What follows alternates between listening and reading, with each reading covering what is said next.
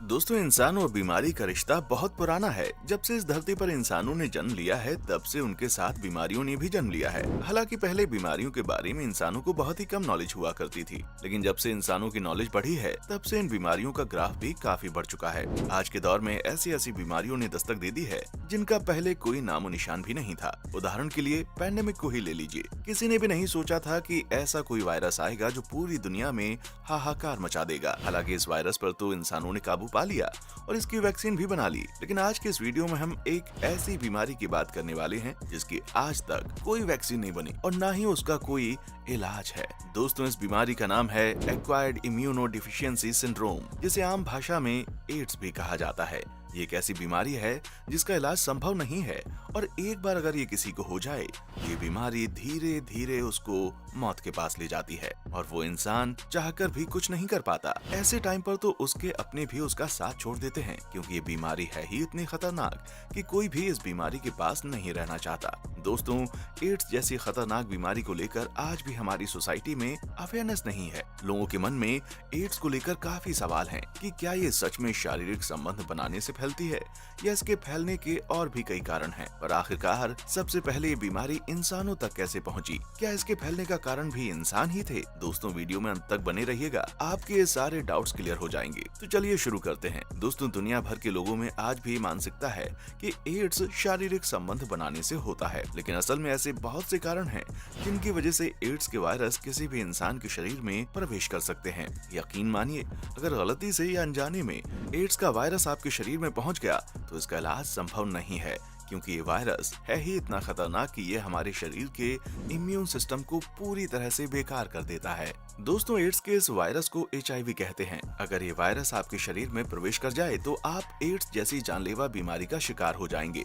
दोस्तों, ये तो आप सब जानते ही हैं कि हमारे इम्यून सिस्टम में मौजूद WBC यानी व्हाइट ब्लड सेल हमारे शरीर में प्रवेश करने वाले हर हानिकारक चीजों से हमारे शरीर की रक्षा करती हैं। जब भी कोई वायरस या बैक्टीरिया हमारे शरीर में प्रवेश करता है तो ये सेल तुरंत ही उन्हें खत्म करने में लग जाते हैं, इसलिए उन्हें इम्यून सिस्टम का बॉडीगार्ड भी कहा जाता है। लेकिन जब एड्स का वायरस हमारे शरीर में प्रवेश करता है तो ये सबसे पहले हमारे इसी बॉडीगार्ड पर हमला करता है और इम्यून सिस्टम के अंदर मौजूद T सेल को बर्बाद कर देता है, जिससे हमारे शरीर में व्हाइट ब्लड सेल की मात्रा तेजी से कम होने लगती है। इसका नतीजा ये होता है कि HIV वायरस से पीड़ित इंसान का शरीर इस हद तक कमजोर हो जाता है कि वो छोटी से छोटी बीमारी का भी सामना नहीं कर पाता। फिर चाहे वो मामूली से मामूली सर्दी जुकाम ही क्यों ना हो, उस पर किसी दवाई का असर नहीं होता, क्योंकि दवाइयों का काम तो केवल हमारे व्हाइट ब्लड सेल को बूस्ट करने का होता है ताकि वो अच्छे से बीमारियों से लड़ सके। लेकिन जब शरीर में व्हाइट ब्लड सेल होंगे ही नहीं तो दवाइयाँ असर किस चीज पर करेंगी, क्योंकि बीमारियों से लड़ना तो आखिरकार व्हाइट ब्लड सेल को ही है।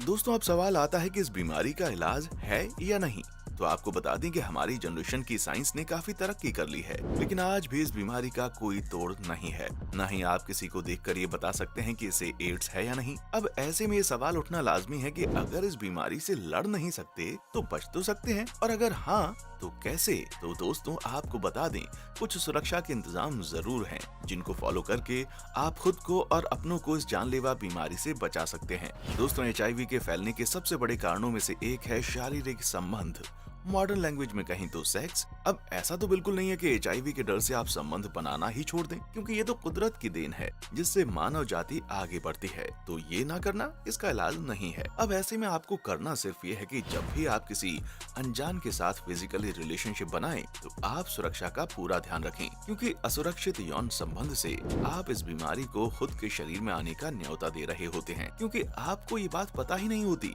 कि सामने वाला शख्स HIV पॉजिटिव है या नेगेटिव। और ऐसे में अगर आप उसके साथ प्रोटेक्शन के बिना संबंध बनाते हैं और कहीं वो शख्स HIV पॉजिटिव हुआ तो आपको भी इस बीमारी के चंगुल में आने से कोई नहीं रोक पाएगा, जिसके बाद का सफर आप जानते ही हैं कि कैसा होगा। आज की पीढ़ी जो कभी भी किसी के साथ भी कहीं भी लापरवाही में ऐसा करती है, उसके लिए ये बीमारी बहुत ही खतरनाक है। इसलिए हमारी युवा पीढ़ी से दरख्वास्त है कि असुरक्षित रिलेशन से जितना हो सके बचें। यही आपके लिए और आपकी फैमिली के लिए अच्छा होगा। दोस्तों, एक और बात गौर करने वाली है कि खाली HIV वायरस असुरक्षित रिलेशन बनाने से नहीं फैलता, बल्कि इसके फैलने के कुछ और भी कारण हैं जिनके बारे में आपका जानना जरूरी है। दोस्तों, HIV वायरस खून से खून में बहुत आसानी से फैल सकता है। कहने का मतलब है कि अगर किसी एड्स से पीड़ित इंसान का खून आपके खून तक गलती से भी पहुंच गया, तो इस बात की पूरी संभावना है कि आपके शरीर में HIV का वायरस प्रवेश कर जाएगा। जैसे सैलून शॉप पर अगर आप अपनी शेविंग करवाने जाते हैं या बाल कटवाने जाते हैं, तो इस बात का खास ध्यान रखिए कि नाई ने ब्लेड को बदला है या नहीं, क्योंकि अगर उसने ब्लेड को नहीं बदला और कहीं उसने उससे पहले किसी एड्स पीड़ित इंसान की शेविंग की है और उस ब्लेड पर उस एड्स पीड़ित इंसान का खून लगा रह गया हो, तो वो ब्लेड आपके लिए बहुत ही घातक साबित हो सकता है। क्योंकि अगर गलती से भी आपको कट लग जाता है, तो उस व्यक्ति का खून आपके खून के संपर्क में आ जाएगा, जिससे आपके अंदर ये वायरस बड़ी ही आसानी से प्रवेश कर जाएगा। ठीक इसी प्रकार हॉस्पिटल में भी अगर आप इंजेक्शन लगवाते हैं, तो इस बात का विशेष ध्यान रखें कि इंजेक्शन की निडल नई हो, वरना पुरानी निडल आपके लिए खतरनाक साबित हो सकती है। क्योंकि वो निडल आपसे पहले किस इंसान को लगाई गई होगी, इसका अंदाजा भी आप नहीं लगा सकते। दोस्तों, ये तो थी कुछ सावधानियां जिनको अपनाकर आप इस बीमारी से बच के रह सकते थे। लेकिन दोस्तों, ब्लड के अलावा भी कुछ फ्लूइड्स ऐसे होते हैं जिनकी वजह से HIV का वायरस एक इंसान से दूसरे इंसान में फैल सकता है, और वो हैं कुछ ट्रांजिशन फ्लूइड्स जैसे कि semen, pre seminal fluid, rectal fluid, vaginal fluid या HIV पीड़ित महिला का ब्रेस्ट मिल्क। हालांकि दोस्तों, ये 100% सच नहीं है कि इससे भी HIV हो सकता है, लेकिन ऐसे कई केसेस देखने को मिले हैं जब डॉक्टर्स ने इनसे भी HIV फैलने की पुष्टि की है। दोस्तों, एड्स के फैलने के इतने सारे कारण जानकर अब आप सबके मन में ये सवाल जरूर आ रहा होगा कि इसके सिम्टम्स क्या हैं। तो आपको बता दें, इससे पीड़ित इंसान को नींद कम आती है, हमेशा कमजोरी लगती है, वजन अचानक से कम होना शुरू हो जाता है, जोड़ों में हमेशा दर्द बना रहता है और छोटी से छोटी बीमारी को ठीक होने में भी काफी लंबा समय लग जाता है। अगर इनमें से कुछ सिम्टम्स किसी इंसान के अंदर एक साथ हैं, तो उसे बिना देरी किए ही HIV टेस्ट करवाना चाहिए, ताकि समय रहते इस बीमारी का पता लगाया जा सके, जिससे वो इंसान इस बीमारी का इलाज करवा सके। दोस्तों, अब HIV की बात आ ही गई है, तो आपको बता दें कि HIV के टेस्ट को न्यूक्लिक एसिड टेस्ट कहते हैं। इसमें सबसे पहले इंसान के ब्लड का सैंपल लिया जाता है, जिसके बाद कई स्टेजेस में इसकी टेस्टिंग की जाती है, ताकि ये पता लगाया जा सके कि व्यक्ति के ब्लड में HIV का वायरस है या नहीं। दोस्तों, आपको बता दें, ये टेस्ट 250 से 500 रुपए के बीच में होता है, लेकिन बहुत सी जगह इसे रूटीन चेकअप में शामिल नहीं किया जाता। दोस्तों, अब यहाँ पर हमारी भी कुछ जिम्मेदारियां बनती हैं, जैसे कि हमें HIV पीड़ित इंसान को छूत नहीं समझना चाहिए, क्योंकि ये बीमारी खून से ही एक दूसरे इंसान में फैलती है, ना कि उसके साथ रहने, खाना खाने या बात करने से।